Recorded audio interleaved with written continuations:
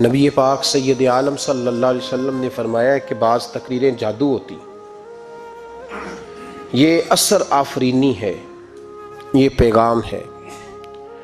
لوگوں کو مالک کا رستہ دکھانے کے لیے اللہ خود کچھ بندوں کی ڈیوٹی لگاتا ہے، انہیں قوت استدلال اپنے فضل سے عطا فرماتا ہے، ان کے لب و لہجوں میں مٹھاس اپنی رحمت کاملہ سے عطا کرتا ہے، ان کے لفظوں کو مالک اپنے فضل سے تاثیر کا نور عطا فرماتا ہے، اور ان لوگوں کے ذمے یہ کام لگایا جاتا ہے۔ میرے نبی پاک سید عالم صلی اللہ علیہ وسلم خود خطبہ ارشاد فرماتے تھے، اور صحابہ کرام علیہم رضوان فرماتے ہیں محبوب کے میٹھے جملوں اور پختہ باتوں کا یہ حال ہوتا تھا کہ حضور جب قیامت کا ذکر کرتے تھے تو لگتا تھا یہاں سے اٹھیں گے تو قیامت آ جائے گی۔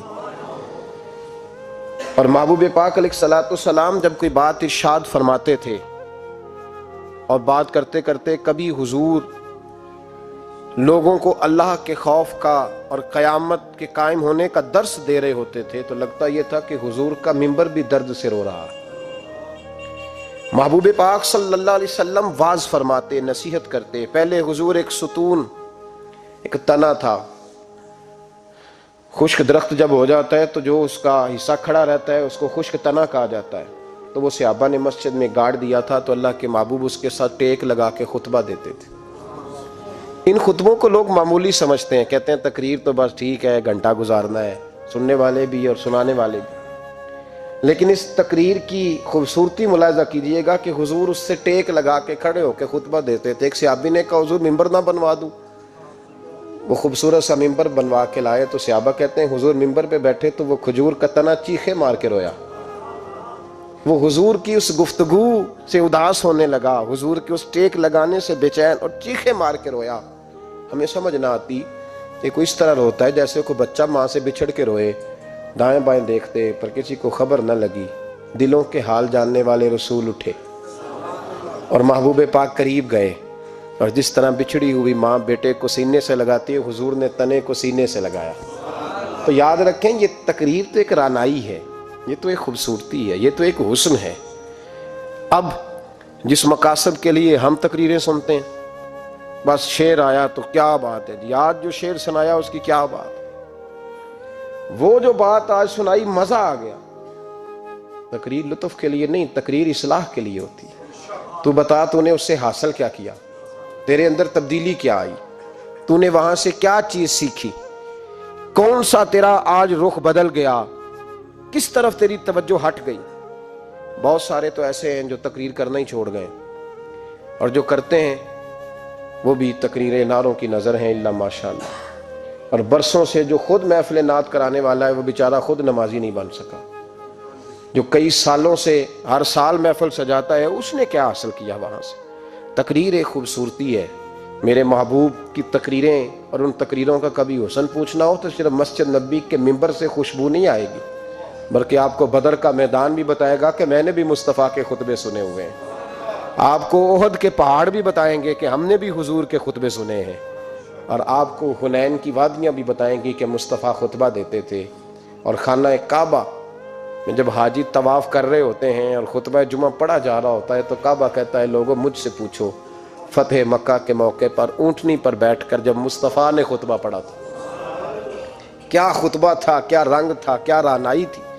تو یہ خطبے حضرت ابو بکر صدیق تقریر کرتے تو لوگ کہتے ہیں یوں لگتا ہے کہ ابو بکر دلوں میں اتر جائیں گے، عمر کبھی خطبہ پڑھتے تو یوں لگتا کہ عمر یہاں بول رہے ہیں اور کیسر و کسریٰ وہاں کانپ رہے ہیں۔ ان لوگوں کی باتوں میں ٹھنڈک تھی، جہاں یہ دین کے مجاہد بنتے تھے تو وہی باتیں جلال تھیں، کمال تھا ان کی باتوں۔ بہت سارے لوگوں کی گفتگو اتنی خوبصورت ہوتی ہے، اب تو لوگ تقریر کرنے والے کو مولوی کہتے ہیں اور دم کرنے والے کو صوفی کہتے ہیں، حالانکہ صوفیاء کا سب سے زیادہ کمال یہ ہے کہ وہ لوگوں کو اپنی گفتگو سے اللہ کی طرف موڑ دیا کرتے ہیں۔ اصل صوفی وہ ہوتا ہے، آج جس با کمال صوفی کا ہم ذکر کرنے جا رہے ہیں، حضور غوث پاک، محبوب سبحانی، قندیل نورانی، شہباز لامکانی، شیخ سید عبد القادر جیلانی۔ کسی نے پوچھا تھا حضور غوث اعظم سے کہ آپ کی ولایت کس طرح کی ہے، تو آپ نے اپنی ایڑی کی طرف اشارہ کر کے فرمایا جب تک میرا قدم نہ لگے اللہ کسی کو ولایت دیتا ہی نہیں۔ تم میری ولایت کی بات کرتے ہو، میں جب تک مور نہ لگاؤں اللہ کسی کو ولی بناتا۔ شیخ سعدی بول پڑے، کہنے لگے غوث اعظم درمیان اولیاء، چوں محمد درمیان انبیاء۔ حضور غوث اعظم رضی اللہ تعالیٰ عنہ کا ولیوں میں وہی مقام ہے جو نبی پاک کا نبیوں میں مقام ہے۔ امام الاولیاء، سرتاج الاولیاء حضور غوث پاک رضی اللہ تعالیٰ عنہ۔ حضور غوث اعظم رضی اللہ تعالیٰ عنہ فرماتے ہیں میں تقریر نہیں کرتا تھا، تعلیم میں نے حاصل کر لی، پر میں تقریر، یہ بڑا ضروری کام ہے، یہ بڑا ضروری کام ہے۔ جو اثرات اس کے ہوتے ہیں باقی چیزوں، حضرت جنید بغدادی یہ تو حضور غوث اعظم کے بھی پیر ہیں نا، یہ تو حضرت داتا علی اجویری کے بھی پیر ہیں۔ حضرت جنید بغدادی کے بارے میں داتا صاحب نے لکھا ہے کشف المعجوب میں، فرماتے میں عالم بن گیا، پڑھ گیا، میرے ماموں بھی تھے، میرے مرشد بھی تھے حضرت سری سختی رحمت اللہ علیہ، تو مجھے اکثر کہتے کہ جنید یار تقریر کیا کر۔ میں کہتا ہوں حضور ابھی میں نیک نہیں، ابھی میں خود ٹھیک نہیں۔ میرے پیر بھائی بھی مجھے کہتے کہ حضرت کی بھی خواہش ہے تو ہمارا بھی دل کرتا ہے، لگتا ہے کہ آپ کی گفتگو کی برکت سے اللہ بڑے لوگوں کو ہدایت عطا فرمائے گا، آپ وسیلہ بنیں گے، تو بات کیا کریں۔ کہتے میں ٹال دیتا، میرے نصیب دیکھو، ایک دن میں اپنے گھر میں سویا ہوا تھا تو اچانک بغداد کی ساری گلیوں نے مہکنا شروع کر دیا۔ فرماتے اچانک ٹھنڈی خوشبوئیں پھیل گئیں، میرے نصیب دیکھو کہ مجھے مصطفیٰ کریم کا دیدار نصیب ہو گیا۔ خواب میری وچ آیا ماہی تے میں گل وچ پا لئیاں باواں، تے ڈر دی ماری اکھ بھی نہ کھولاں کتے پھر بچھڑ نہ جاواں۔ کہتے ہیں حضور تشریف لائے تو مصطفیٰ نے بڑا ہی نوازا، محبوب نے بڑا ہی نوازا۔ کاش آپ کو لذت آئے اس بات کی، حضور نے اللہ اکبر بڑا ہی نوازا۔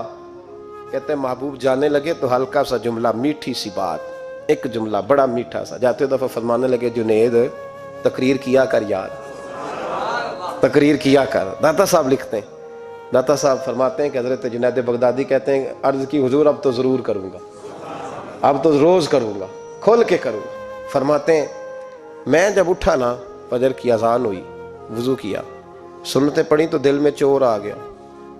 میرے دل میں خیال آیا کہ پیر صاحب نے تو کبھی نہیں بتایا کہ انہیں دیدار ہوا ہے، تو مجھے تو ہوا ہے نا۔ پیر صاحب نے، بہت سارے لوگ پیر صاحب سے خود سیانے ہوتے ہیں نا، ان کو خود نور نظر آتا ہے روز خواب میں، وہ بہت سارے جلوے خود بیان کر لیتے ہیں۔ تو کہتے ہیں میرے دل میں خیال آیا کہ پیر صاحب نے تو کبھی نہیں بتایا تو مجھے تو ہوا ہے۔ کسی درویش نے ایک شعر کہا تھا پر بڑے مسئلے اس نے حل کیے، وہ کہنے لگا جڑے محرم راز حقیقت دے او راز حقیقت کھول دے نہیں، اوے جنہ ویکھیا نہیں او کرن گلاں، جنہ ویکھ لیا او تے بول دے ہی نہیں، جنہ ویکھ لیا او ان سے بولا جاتا بھی نہیں، بولا جاتا بھی نہیں۔ تو کہتے ہیں میں سنتے گھر پڑھی تو خرامہ خرامہ چلا تو دل میں چور تھا، بانج فقیروں کسے نہیں ماریا، اے ہوئی چور اندر دا۔ کہتے ہیں میں گیا حضرت کے پیچھے نماز پڑھی 7ویں صف میں، تو اندر چور تھا کہ میرا تو درجہ اونچا چلا گیا ہے لیکن مجھے دیدار ہوا ہے۔ تو کہتے ہیں نماز حضرت نے خود پڑھائی تو نماز پڑھا کے کہنے لگے جنید آگے آ جا۔ فرماتے ہیں میں 3ری صف میں آ گیا تو کہنے لگے چل یار تھوڑا اور نیڑے آ جا۔ کہتے ہیں میں قریب جا کے نا پہلی صف میں بیٹھا تو کہنے لگے ادھر آ میرے ساتھ بیٹھ۔ کہتے ہیں میں ان کے ساتھ بیٹھ گیا، حضرت کے ساتھ، یہ بھی کسی نصیبوں والوں کو نصیب ہے نا۔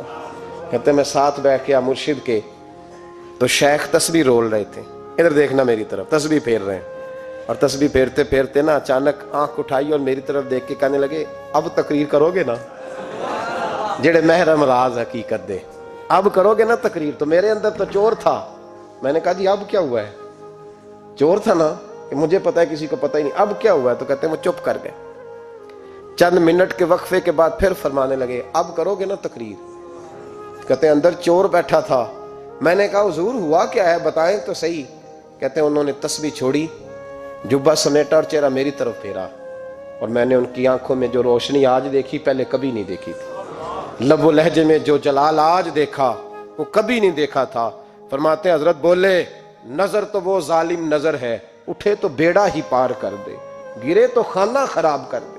فرماتے ہیں میں نے حضرت کا جلال دیکھا اور میری طرف دیکھ کے فرمانے لگے جنید کل جو رات گزری ہے مجھے خواب میں اپنے رب کا دیدار ہوا تھا۔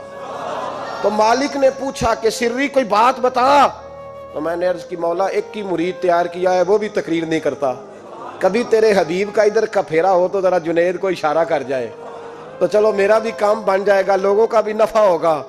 کہتے ہیں حضرت جنید بغدادی کہ میری چیخ نکلی، اللہ اکبر کہا تو میرے کپڑے پھٹ گئے، بغداد کی وہ مسجد ساری رونے لگی۔ کہتے میں قدموں میں گرا اور میں نے کہا محبوبہ مجھے معاف کر دے، مجھے تو آج پتہ چلا ہے کہ میرے اوپر مصطفیٰ بھی کرم فرمائے تو تیری دعاؤں کی برکت سے فرماتے ہیں۔ تقریر اتنا ضروری کام ہے کہ محبوب خود فرماتے ہیں جنید تقریر کیا کر بات یار، لوگوں کو فائدہ ہوگا۔